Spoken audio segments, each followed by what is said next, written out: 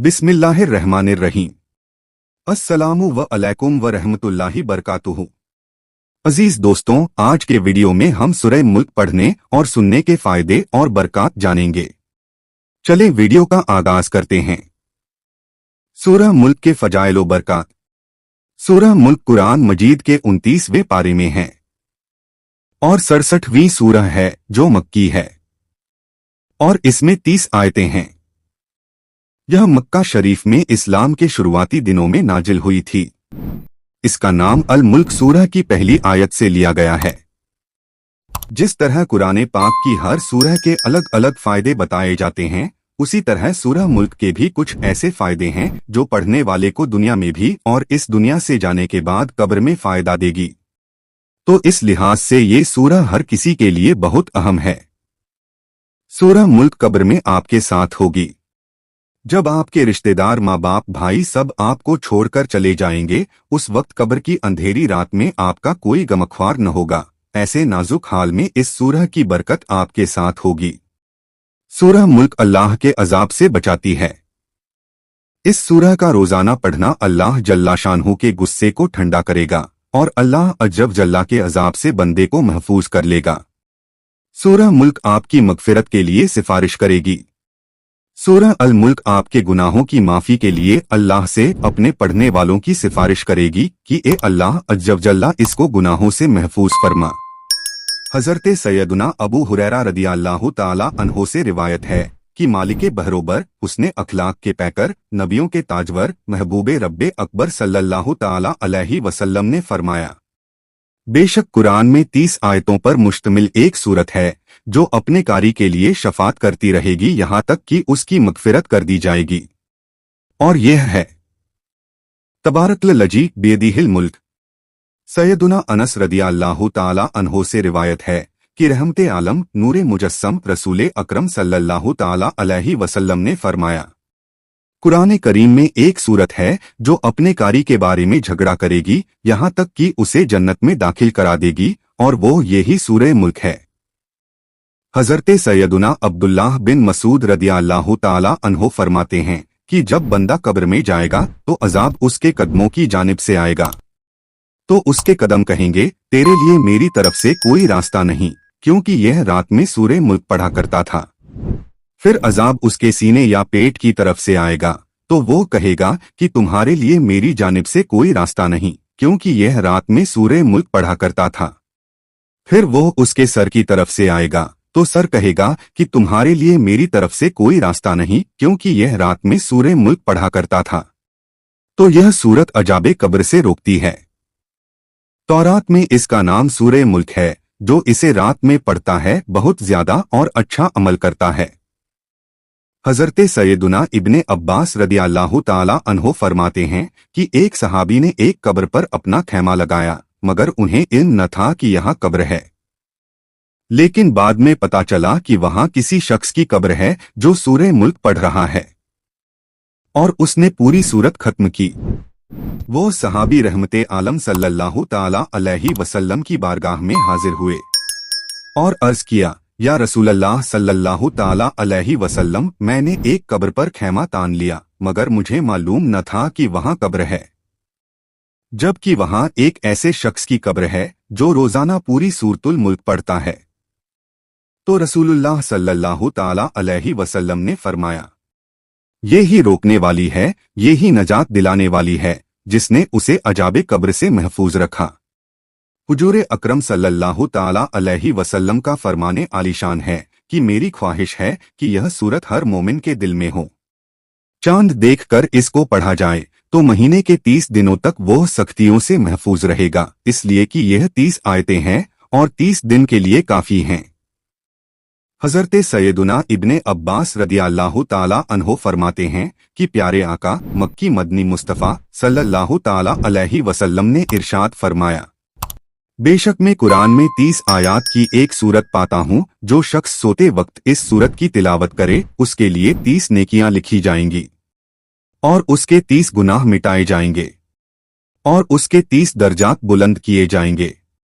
अल्लाह रब्बुल इज्जत अपने फरिश्तों में से एक फरिश्ता उसकी तरफ भेजेगा ताकि वो उस पर अपने पर बिछा दे اور اس کی ہر چیز سے جاگنے تک حفاظت کرے۔ اور یہ مجادلہ یعنی جھگڑا کرنے والی ہے، اپنے پڑھنے والے کی مغفرت کے لیے قبر میں جھگڑا کرے گی۔ سرکار مدینہ منورہ سردار مکہ مکرمہ صلی اللہ تعالی علیہ وسلم رات کو آرام فرمانے سے پہلے سورۃ الملک کی تلاوت فرماتے تھے۔ حضرت سیدنا ابن عباس رضی اللہ تعالی عنہ نے ایک آدمی سے فرمایا، کیا میں تجھے ایک حدیث تحفے کے طور پر نہ دوں جس کے ساتھ تو خوش ہو جائے؟ اس نے عرض کی بے شک۔ تو آپ نے فرمایا، یہ سورت پڑھو اور اپنے اہل و عیال، اپنے تمام بچوں، اپنے گھر کے بچوں اور اپنے پڑوسیوں کو سکھاؤ، اس کی انہیں تعلیم دو، کیونکہ یہ نجات دلانے والی ہے اور قیامت کے دن اپنے کاری کے لیے اپنے رب کے پاس جھگڑنے والی ہے، اور یہ اسے تلاش کرے گی تاکہ اسے جہنم کے عذاب سے نجات دلائے، اور اس کے سبب اس کا کاری عذاب سے بھی نجات پا جائے گا۔ مدنی پنجسورہ۔ سورہ ملک پڑھنے اور سننے کے کیا فائدے ہیں؟ قیامت کے دن سورہ ملک پڑھنے سے آپ کے گناہ معاف ہو جاتے ہیں۔ ایک حدیث کے مطابق مدنی آقا صلی اللہ تعالی علیہ وسلم نے لوگوں سے ہر رات کو بستر پر جانے سے پہلے سورہ ملک کو پڑھنے کی نصیحت دی تھی۔ انہوں نے کہا تھا کہ ایسا کرنے سے آپ کو قبر کے عذابوں سے نجات ملے گی۔ سورہ ملک پابندی سے پڑھنے والے شخص کے لیے جنت کے دروازے کھل جاتے ہیں۔ سورہ ملک روزانہ پابندی سے پڑھنے والا شخص اللہ کی طرف سے انعام کا حقدار ہوگا۔ سورہ ملک ہمارے ایمان کی حفاظت کرتی ہیں اور ہمیں صحیح راستوں پر جانے کی نصیحت دیتی ہیں۔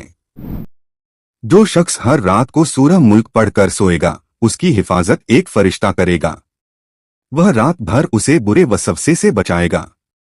سورہ ملک پڑھنے والا شخص کبھی گمراہ نہیں ہوگا، اللہ اسے گمراہی سے بچائے گا۔ سورہ ملک پڑھنے سے آپ کی دعا جلد قبول ہوتی ہیں۔ زندگی میں حوصلہ بڑھانے کے لیے روزانہ سورہ ملک کی تلاوت کیا کریں۔ سورہ ملک کو پڑھنے سے آپ کا دل اور دماغ شانت رہتا ہے، دماغ سے ٹینشن نکل جاتی ہیں اور زندگی میں خوشحالی آتی ہیں۔ اللہ ہم تمام مسلمانوں کو اس سورہ کے پڑھنے، اس کو سمجھنے اور اس میں بتائی گئی باتوں پر عمل کرنے کی توفیق عطا فرمائے۔ آمین ثم آمین۔ چلیے دوستوں، سورہ ملک کی تلاوت سنیں اور اس کے فیض و برکات سے مالا مال ہوں۔ اعوذ باللہ من الشیطان الرجیم، بسم اللہ الرحمن الرحیم۔ تبارک الذی بیدہ الملک وہو علی کل شیء قدیر، الذي خلق الموت والحياة ليبلوكم أيكم أحسن عملا وهو العزيز الغفور، الذي خلق 7 سماوات طباقا ما ترى في خلق الرحمن من تفاوت، فارجع البصر هل ترى من فطور، ثم ارجع البصر كرتين ينقلب إليك البصر خاسئا وهو حسير، ولقد زينا السماء الدنيا بمصابيح وجعلناها رجوما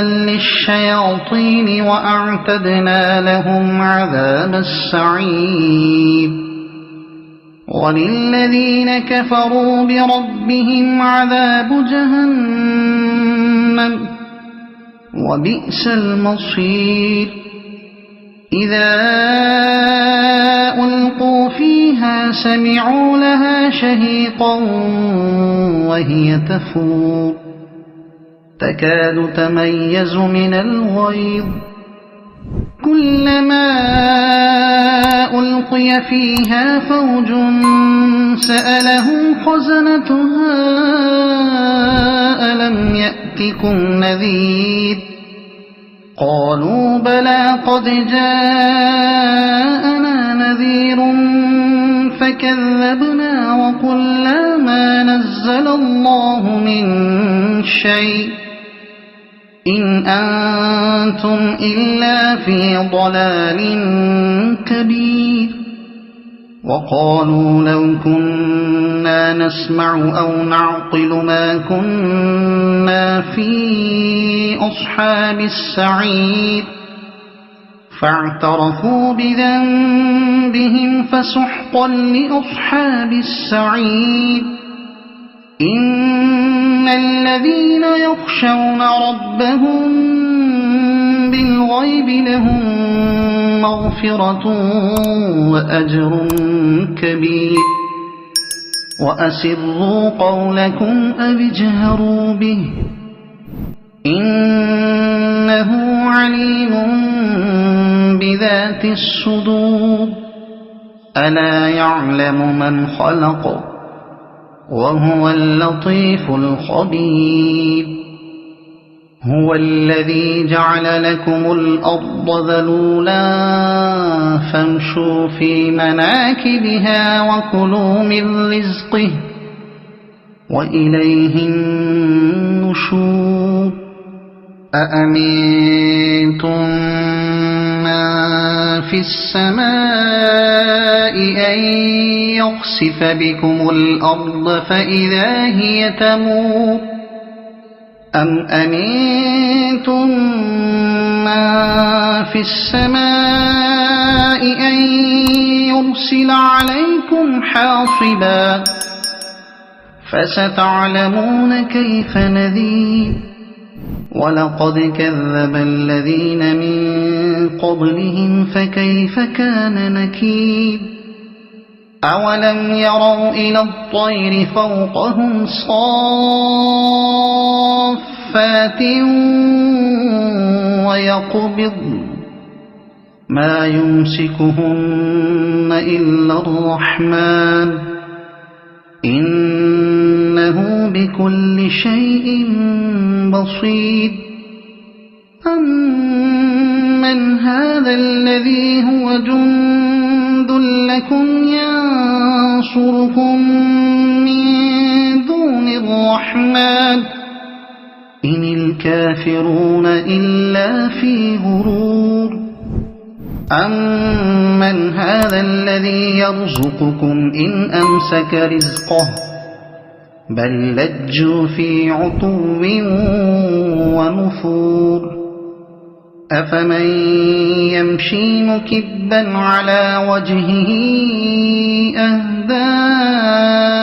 أمن يمشي سويا على صراط مستقيم قل هو الذي أنشأكم وجعل لكم السمع والأبصار والأفئدة قليلا ما تشكرون قل هو الذي ذرأكم في الأرض وإليه تحشرون ويقولون متى هذا الوعد إن كنتم صادقين قل إنما العلم عند الله وإنما أنا نذير مبين فلما رأوه زلفة سيئت وجوه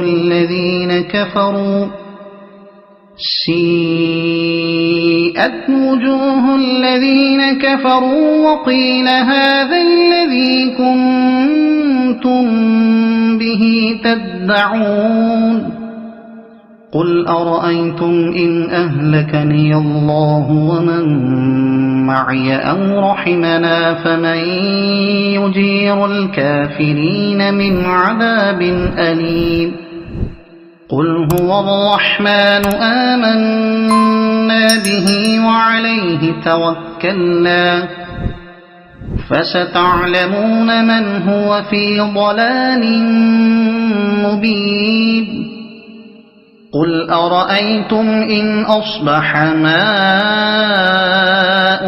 غورا فمن يأتيكم بماء معين صدق الله العظيم.